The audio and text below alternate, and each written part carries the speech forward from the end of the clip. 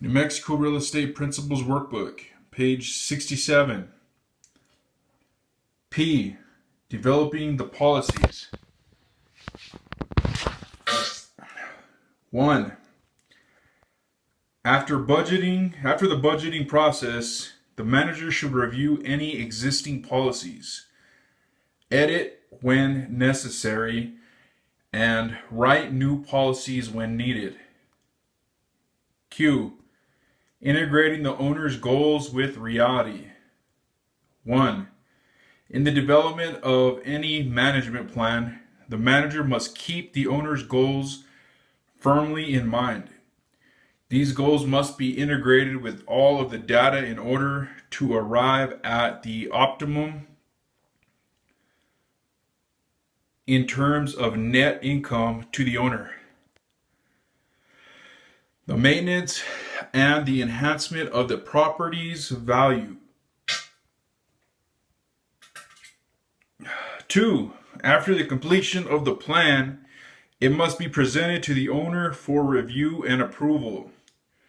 It must be kept in mind that while the professional manager should compile the information and do the analysis, the property owner must make the long-term decision concerning the property. R.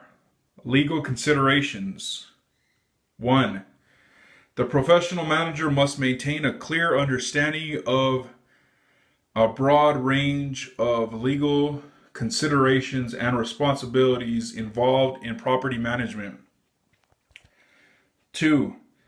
As with any other aspect of the real estate industry, property management has areas that are rightly the jurisdiction of the manager and areas that are the jurisdiction of lawyers.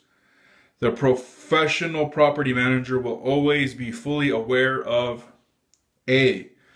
Circumstances where the manager's expertise can be used for the benefit of the owner, and B. Circumstances where it is better to suggest the use of legal counsel. 3. The most obvious areas where the manager may need to defer to legal counsel is in the selection and/or preparation of leases. A lease is a legal instrument, and the manager must be thoroughly familiar with its characteristics and provisions. 4. Leases furnished by the property manager should always be presented to the owner's attorney for approval prior to use. Many managers prefer to use a lease furnished by the owner's attorney. 5. The manager needs a working knowledge of legal documents, including the essential elements.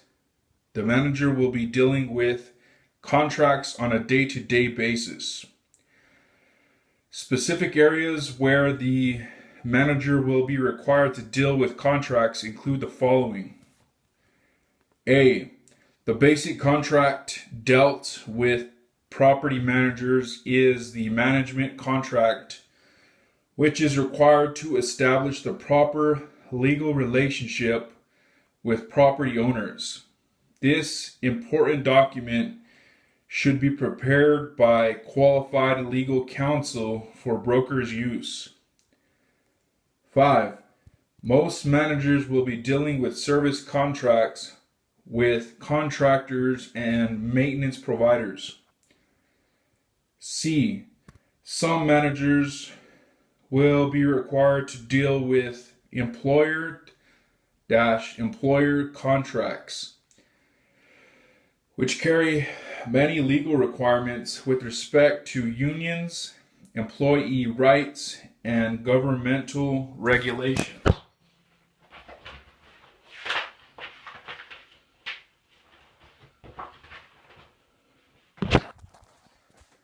Page 68, the last page.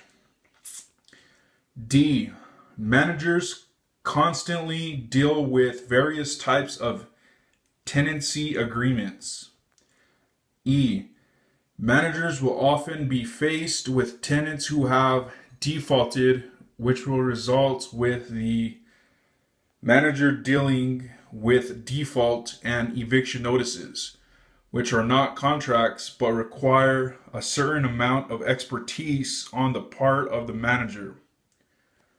S. Agency. 1. A critical legal consideration is the manager's actual legal obligations incurred by accepting responsibility for the management of the property in terms of agency. 2. The two relationships that can be created between a manager and owner are A. Employee/employer relationship, and B. Independent contractor relationship. 3. The independent contractor relationship is the most common for the broker involved in property management. 4.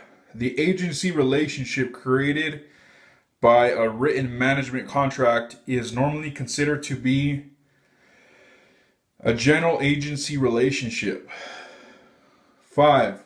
A general agent usually has authority to conduct more than a single or specific transaction or to perform multiple acts on behalf of the principal.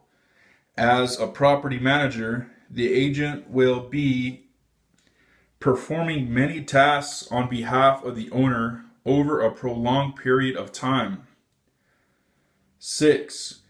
Property management normally creates a fiduciary relationship, which imposes certain legal and ethical responsibilities on the property manager. The broker is considered to be a fiduciary agent of the owner. 7. The principal owes the agent the security of the agency contract, compensation, expense reimbursement, and to indemnify the agent for loss due to the agency.